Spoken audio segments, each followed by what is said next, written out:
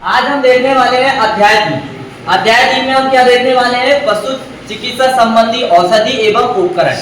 तो इसमें हम देखने वाले हैं कि पशु बीमार पड़ते हैं या उन्हें फीवर आता है तो कौन सी दवा देना चाहिए और कैसे उनका इलाज करना चाहिए। और फिर इसके बाद में हम बहुत सारे उपकरण भी देखेंगे, उन उपकरण का क्या उपयोग है इनके बारे में भी हम समझेंगे।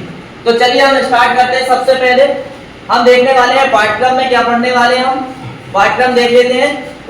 उपयोगी दवाओं की पहचान व उपयोग, पशु चिकित्सा में प्रयुक्त प्रमुख उपकरणों की संरचना एवं उपयोग। ये हम पाठ्यक्रम में ये सारे बिंदुओं को देखते हुए ही पढ़ेंगे।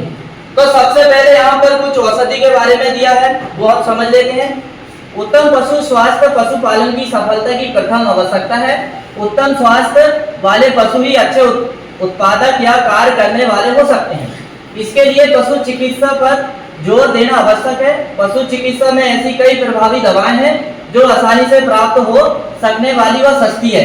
मतलब कहने का ये हुआ कि यदि आपको थोड़ा सा भी नॉलेज है तो थोड़ा बहुत यदि पशुओं को किसी प्रकार से बीमारी, बुखार या फिर अफरा हो जाता है या फूल जाता है, गैस बन जाती है, तो आप खुद जो है इलाज भी कर सकते हैं घर बैठे, है ना।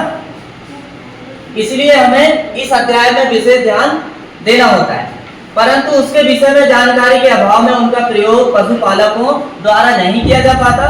पशुपालन विज्ञान के अध्ययन में पशु चिकित्सा अध्ययन का प्रमुख स्थान है। पशु चिकित्सा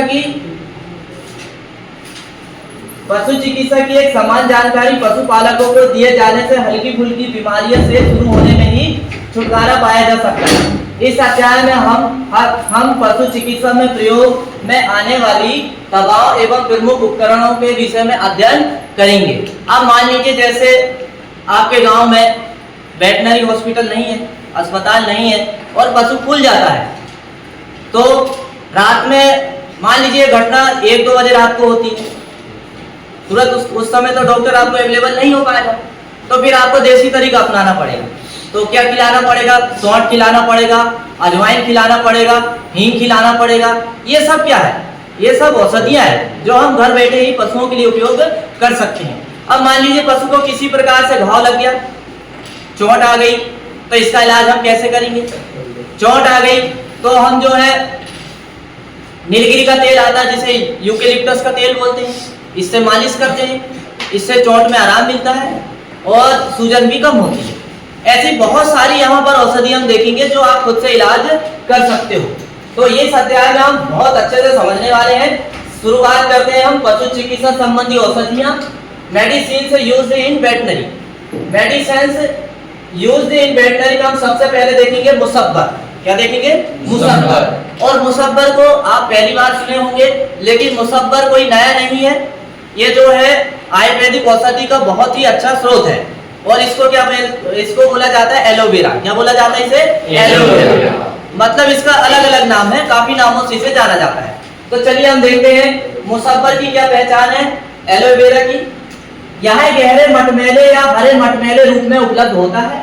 यह एक पादप उत्पाद यह तीव्र दस्तवार का कार्य करता है। मतलब दस्तवार का मतलब ये होता है पेट को साफ करता है। यदि पशु गोबर नहीं कर पा रहा है, गैस बन रही है, तो इसको हम खिलाते हैं तो क्या है, उसका पेट साफ हो जाता है, एकदम पतला गोबर आने लगता है।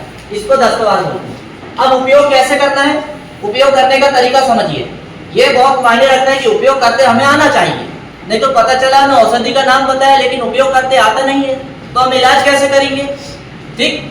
अब इसके बाद में उपयोग, मुसब्बर का एल्कोहलिक घोल लगाने पर घाव शीघ्र सूख जाते हैं। अब यदि हम ये मुसब्बर का जो दवा आती है, लोशन आता है, मार्केट में अवेलेबल है, मेडिकल में, यदि किसी पशु को घाव लगा है, यदि हम इसको लोशन को लगाते हैं, लोशन मतलब तेल या ट्यूब जैसा क्रीम ऊपर से लगाना है, स्किन के ऊपर लोशन को लगाया जाता है, तो क्या है, पशु का घाव भी सूखता है। फिर इसके बाद में भूख नहीं लगने पर भी हम इसे खिलाते हैं। एलोए, चिरायता, सौंठ एवं काला नमक, ये इतने सारे औषधि को लेकर यदि हम मिला के यदि खिलाएं तो पशु को आराम मिलता है, भूख भी लगती है और बहुत सारे रोग भी दूर होते हैं। ठीक। अब इसके बाद में हम दूसरा देखेंगे हींग। क्या देखेंगे? हींग। अब हींग तो आप सभी जानते हैं, सर्दी खांसी जुकाम में उपयोग होता है। ग्रामीण क्षेत्रों में या फिर रसोई में इसका बहुत महत्वपूर्ण स्थान है। यदि जो हींग की विशेषता जानते होंगे गांव में या शहर में कहीं भी, तो बिल्कुल आप इसको जो है रसोई में यानी कढ़ी में इसका उपयोग करते होंगे। कढ़ी का टेस्ट बढ़ाने में ये बहुत ही फायदेमंद होता है। खाने वाला भी हींग आता है। ठीक, अब हींग कैसे मिलता है? देखो, हींग के लिए एक पौधा होता है, उसका नाम है फेरुला। क्या है? फेरुला। फेरुला पौधा है और इस पौधा की तने तथा जड़ों से प्राप्त होता है। फेरुला का पौधे तने में चीरा लगाकर, जड़ में चीरा लगाकर, यहाँ से इसको जो है गाद के रूप में इकट्ठा करके वैज्ञानिक तरीका से प्रोसेस करके इसे तैयार किया जाता है। अब इसका वैज्ञानिक नाम क्या है? फेरुला एसाफिडिटा। क्या है? फेरुला एसाफिडिटा, ये इसका वैज्ञानिक नाम है हींग के पौधे का, इसका हींग के पौधे का। ठीक, अब देखते हैं यदि इसको पानी में घोला जाए तो ये दूधिया रंग देता है। कैसा रंग देता है? दूधिया रंग देता है। गंध इसकी तीखी होती है और स्वाद कैसा होता है? कड़वा होता है। यदि थोड़ा सा भी हींग हमारे रूम पे रखा रहे या घर पे रखा रहे, उस कमरे में यदि हम प्रवेश करते हैं तो बहुत तेज गंध आती है हींग की। तो ये गंध तीखी है, लेकिन आप जब खाओगे तो कैसा लगेगा? स्वाद में कड़वा लगेगा। अब ये काम क्या करता है? देखिए, काम करने का तरीका क्या होता है? घाव पर लगाने पर उद्दीपक का कार्य करता है। घाव पर लगाने पर किसका काम करता है? उद्दीपक का। इसमें एंटीसेप्टिक एवं गंध निवारक गुण होते हैं। एंटीसेप्टिक मतलब रोग को दूर करने वाला या कीट जीवाणु को मारने वाला। ठीक है, और गंध निवारक का मतलब ये होता है यदि दुर्गंध आ रही है कहीं से, यदि हम इसका उपयोग करें तो ये गंध को, जो दुर्गंध आती है बदबू, उसे खत्म कर देता है। फिर इसके बाद में क्या है? भीतरी उपयोग में यह है स्टिमुलेंट, एंटीसेप्टिक एवं एक्सपेक्टोरेंट का कार्य करता है। ये पेपर में आता है।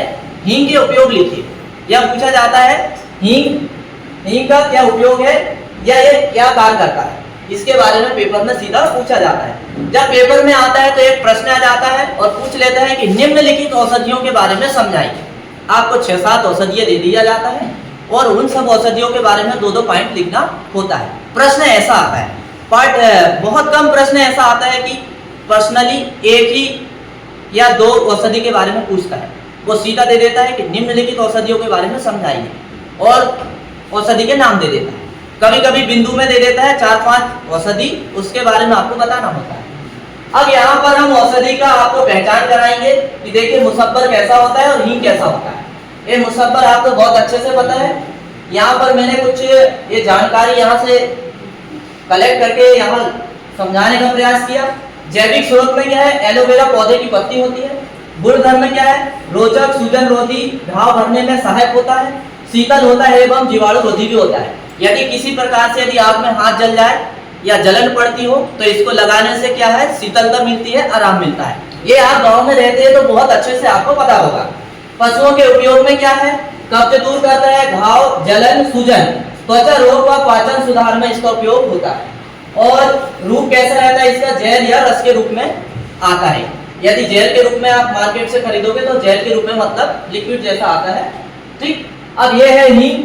हींग को फेरुला एसाफिडिटा, ये इसका वैज्ञानिक नाम है। हींग कुछ इस तरह से दिखता है, आपने देखे भी होंगे, घर में उपयोग हम करते हैं। जैविक स्रोत क्या है? हींग पौधे से प्राप्त होता है। ठीक है, गुण धर्म में क्या है? कार्बोनेटिक। कार्बोनेटिक का मतलब होता है गैस नाशक। यदि गैस बन रही पशुओं को तो ये गैस को दूर करता है। फिर क्या है? एंटी स्पास्मोडिक यानी ऐंठन नाशक और पाचक और वात नाशक। ये सारे गुण धर्म है इसके, मतलब इतने सारे रोगों से इसे बचाव होता है। अब उपयोग क्या है? अपच, गैस, पेट फूलना, ऐंठन, भूख न लगना में ये सारा उपयोग किया जाता है। और मेन बात आती है स्वरूप कैसा? ये चूर्ण के रूप में भी आता है और टिंचर आयोडीन इससे बनाया जाता है। ये यहाँ पर जानकारी हमारे सामने है। अब हम देखेंगे यहाँ थोड़ी सी जानकारी और किसके बारे में दी है। हाँ, हींग के बारे में दी है 2 लाइन। हींग अफरा में, अफरा मतलब होता है पेट का फूलना। अफरा मतलब क्या होता है? पेट का फूलना। जब पशु का पेट फूल जाता है तो देखिए हींग से कैसे इलाज किया जाता है। तो आपको क्या करना है? 10 ग्राम हींग लेना है। कितना लेना है? 10 ग्राम हींग लेना है, 30 ग्राम सौंठ लेना है और 10 ग्राम तंबाकू लेना है और 15 ग्राम काला नमक। इन सब की मात्रा मिलाकर 1 लीटर पानी में घोल बनाना है और उस पशु को पिला देना है। निश्चित ही है कोई भी नुकसान नहीं होगा और पशु जो है ठीक हो जाएगा। आप इस तरह से पशु का इलाज भी कर सकते हैं जब अफरा रोग होता है। अफरा रोग यानी पेट का फूल जाना होना। अब इसके बाद में देखेंगे चिरायता। क्या देखेंगे? चिरायता। और चिरायता के बाद देखेंगे अरंडी का तेल। बात नहीं करो, इधर सामने देखो, इधर देखो, चिरायता देखेंगे और अरंडी का तेल। अब चिरायता भी एक पौधे का फल है और उसका वैज्ञानिक नाम क्या है? सोरटिया चिरायता। क्या है? सोरटिया चिरायता। अब नामक पौधे को सुखाकर प्राप्त किया जाता है। इसका रंग होता है भूरा एवं खाने में कड़वा लगता है। रंग कैसे होता है? भूरा, खाने में कड़वा लगता है। अब उपयोग क्या है इसमें? कुकेन के साथ चिरायता मिलाकर देने से बुखार तुरंत उतर जाता है। पशु को यदि फीवर आ गया है, ज्वर हो गया है और उसको हमें ठीक करना है तो कुकेन के साथ हम इसे मिलाकर यदि दें तो निश्चित ये बुखार दूर हो जाता है। फिर इसके बाद में दूसरी दवा जैसे काला नमक, हींग आदि के साथ मिलाकर देने पर पेट संबंधित बीमारी भी दूर होती है। जो भी पेट से गैस बन रही है, अपच है और भी समस्या है तो इससे भी क्या है? राहत मिलती है। अब इसके बाद में ये हमने देख ली चिरायता। अब हम देखेंगे अरंडी के बारे में। इसके बारे में अरंडी के बारे में। अरंडी आपको सभी को पता है क्योंकि गांव में, खेतों में, मेड़ों में, नहरों में इसका पौधा आपको बहुत अच्छे से देखने को मिलेगा। इसके बारे में आपको भली भांति आप परिचित हो। इसका वैज्ञानिक नाम है रिसिनस कम्युनिस। क्या है? Ricinus communis. और ये जो अरंडी का तेल बीज से प्राप्त होता है और इसका रंग होता है हल्का पीला। कैसा होता है? हल्का पीला। और यह जो है रेचक का कार्य करता है। किसका करता है? रेचक का। और रेचक को इंग्लिश में परगेटिव बोलते हैं। और इसका उपयोग दस्तवार औषधि के रूप में किया जाता है। दस्तवार औषधि का मतलब ये होता है ऐसी औषधि जो पेट को साफ करती हो। मान लीजिए पशु को किसी तरह से पेट में कोई समस्या है, गोबर नहीं कर पा रहा है, अपचन है और भी कोई समस्या है तो आप निश्चित ये अरंडी का तेल आप पिला दीजिए उसको 100 ग्राम 200 ग्राम तो बिल्कुल आपका पशु एकदम स्वस्थ हो जाएगा। पेट से संबंधित जो भी समस्या है वो दूर हो जाएगी। अब इसके बाद में यहाँ पर आपको पहचान कुछ दी गई है। अब ये आपको समझ लेना है चिरायता और एक साइड दिया है कैस्टर ऑयल। कैस्टर ऑयल का मतलब अरंडी का तेल। ठीक। अब ये चिरायता ये दिया है। चिरायता कुछ इस तरह से पौधा रहता है। ठीक। फिर इसके बाद में जैविक स्रोत चिरायता पौधे से, तने और पत्तियों से मिलता है। किससे मिलता है? तने और पत्तियों से बनाया जाता है।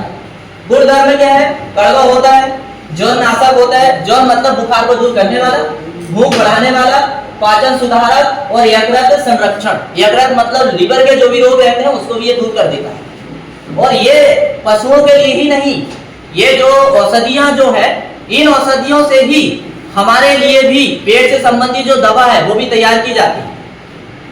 समझ में आया? आप सोच रहे हैं कि ये पशु के लिए पढ़ रहे हैं तो बस पशु के ही काम की है।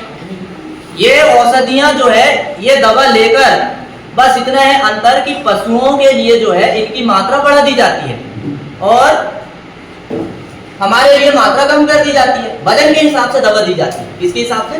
वजन के हिसाब से। तो पशुओं में उपयोग भूख न लगना, अपच, बुखार, पाचन विकास, कृमिनाशक के रूप में चिरायता का उपयोग होता है। स्वरूप कैसा रहता है इसका? स्वरूप का मतलब दिखता कैसा, आता कैसे में? काढ़ा के रूप में आता है, टिंचर के रूप में आता है और चूर्ण के रूप में। टिंचर मतलब लिक्विड के रूप में। लिक्विड, हाँ लिक्विड, तेल जैसा। कैस्टर ऑयल के बारे में देखते हैं। कलर देखो इस तरह से होता है और ये आप अरंडी देख लीजिए, इसके बीज हैं। फिर इसके बाद में अरंडी का बीज से, ये अरंडी का बीज से ही तेल प्राप्त होता है। गुणधर्म क्या है? रेचक, विरेचक, वायुनाशक और सूजन रोधी। मतलब जिस भाग में यदि सूजन आ जाए तो इसकी मालिश करने से सूजन भी दूर होती है। पशुओं में उपयोग कब्ज, अपच, आंत्र में मल रुकना, वायु विकार में लाभकारी। ये सारे जो है आपने इन दोनों के गुणधर्म देखे। अब हम क्या देखेंगे? यूकेलिप्टस का तेल। किसका देखेंगे? यूकेलिप्टस का तेल। यूकेलिप्टस का तेल आपको बहुत अच्छे से पता है। यूकेलिप्टस यानी नीलगिरी का तेल। यूकेलिप्टस यानी नीलगिरी का तेल। नीलगिरी का तेल, नीलगिरी को इंग्लिश में बॉटनिकल नेम में यूकेलिप्टस है। क्या है? यूकेलिप्टस। अब यूकेलिप्टस में जो है, अब ये इसका तेल कैसे बनता है? पत्तियों से, हरी पत्तियों से, अवासन से। मतलब हरी पत्तियों को वैज्ञानिक विधि के द्वारा क्या है? चुराया जाता है। और चुड़ाने के बाद जो वाष्प निकलती है उस वाष्प को जोड़कर ही तेल तैयार होता है। यह रंगहीन या हल्का नीला द्रव होता है। रंगहीन होता है, कभी कभी हल्का नीला द्रव होता है। अब इसका उपयोग देखो, यूकेलिप्टस का इसका उपयोग धसका, खांसी, सूखी खांसी, जुखाम, ग्रसनी शोध में किया जाता है। स्थानिक मालिश करने में गठिया दर्द से राहत प्राप्त होती है। और यह तेल जो है मनुष्य में सबसे ज्यादा उपयोग होता है गठिया के दर्द के लिए। गठिया मतलब जोड़ों में फूलन आना, जोड़ दुखना, चलने फिरने में परेशानी होना, वो गठिया रोग के लक्षण। ठीक है, खिड़की खोल दो, एक दो दिक्कत होती होगी। यहाँ एक एंटीसेप्टिक का कार्य भी करता है तथा घाव की ड्रेसिंग में इसका उपयोग होता है। इसका उपयोग किसमें होता है? घाव की ड्रेसिंग में। किसमें होता है? घाव की ड्रेसिंग में। कोई अंतर पड़ा है? अब देखो अलसी का तेल। तो अलसी को आप सभी जानते हैं, लगाते भी होंगे, अलसी खेती भी करते होंगे, तो उसका तेल भी बहुत फायदेमंद है। तो सबसे पहले समझ लीजिए, ये अलसी का तेल बीज से प्राप्त होता है। किससे प्राप्त होता है? बीज से प्राप्त होता है। अब ये अलसी का जो वैज्ञानिक नाम है वो क्या है? लाइनम यूसीटेटिसियम। क्या है? लाइनम यूसीटेटिसियम। अब ये प्राप्त बीज से होता है, या स्वाद में तीक्ष्ण होता है। कैसा होता है? तीक्ष्ण, तीखा होता है। परगेटिव होता है, दस्तवार होता है, मतलब ये पेट को साफ करने का काम करता है। इसका तेल भी हम पिला सकते हैं, जैसे अरंडी का तेल हम पिलाते हैं पेट को साफ करने के लिए, वैसे ही इसका तेल भी हम पिला सकते हैं पेट को साफ करने। अभी तक जो भी दवा आई है तो सब पेट को साफ करने वाली ज्यादा मिली, तो आप लोग यही सोचते होंगे कि पूरी दवा पेट को साफ करने वाली है, तो नहीं है। और कुछ दवा ऐसी आएगी जो पेट के अलावा दूसरे काम भी करेगी। अभी चैप्टर स्टार्ट हुआ है, ठीक। अब उपयोग क्या है? पेट में ऐठन, जैसे पेट हमारा मरोड़ता है कि नहीं, मरोड़ता है ना, पेट दुखता है, मरोड़ता है, ऐसा यदि पशु में होता है तो उसके लिए गैस जमा होने के कारण दर्द में उपयोगी होता है। यह एक प्रोटीन युक्त पदार्थ है तथा इसे खिलाने से त्वचा में चमक बढ़ती है। ये तेल है, तेल में प्रोटीन होता ही ऑलरेडी, इसको खिलाएंगे तो प्रोटीन वाला आहार हम ज्यादा खाएंगे तो हमारी चमड़ी में चमक आएगी। ऐसे पशुओं में भी आती है। तो आप देख लीजिए, ये अलसी का तेल है और ये यूकेलिप्टस ऑयल है। तो यूकेलिप्टस ऑयल जो है आप देखेंगे तो ये द्रव होता है, हरे रंग का होता है, कभी कभी रंगहीन भी होता है, ठीक। ये डब्बी देख लीजिए आप, यूकेलिप्टस की है। अब स्रोत क्या है यूकेलिप्टस का? यूकेलिप्टस पौधा है और पौधे की क्या है? पत्तियों से प्राप्त होता है। गुण धर्म क्या है? ये कफनाशक है, कफ मतलब गले को साफ करता है, रोगाणुनाशक मतलब रोगों को भी मारता है, वायु शोधक है, सूजन रोधी है और कृमि नाशी है। पशुओं के पेट में कृमि हो जाते हैं, कृमि आप समझते होंगे जो शरीर में होते हैं अंदर, ठीक, सफेद रंग के होते हैं, उनको भी मारने के लिए काम आता है। मात्रा और उपयोग विधि, अब इसका उपयोग कैसे करना थोड़ा सा यहाँ बताया गया है। कुछ बूंदे पानी में मिलाकर भाप देना, मालिश या बाह्य प्रयोग, ऐसा इसका प्रयोग कर सकते हैं। अलसी का तेल, अलसी का तेल जो है अलसी के बीज से प्राप्त होता है। गुणधर्म में क्या है इसका? मतलब कार्य क्या करता है? विरेचक, मल को मुलायम करने वाला, ऊर्जा प्रदायक, त्वचा के लिए लाभदायक। पशुओं में उपयोग कैसे करना है? किस किस के लिए करना है? कब्ज, अपच, शुष्क मल, आंत्र की सफाई, त्वचा रोगों में सहायक, दर्दनाशक के लिए उपयोग होता है। मात्रा उपयोग कैसे करना है? पशुओं को आहार के साथ मिलाकर इस तेल को खिलाया जाता है। तो ये बात हो गई यूकेलिप्टस ऑयल और अलसी के तेल। अब आता है कत्था कपूर। क्या आता है? कत्था और कपूर। तो कत्था और कपूर के बारे में हम देखेंगे, इनमें क्या उपयोग है।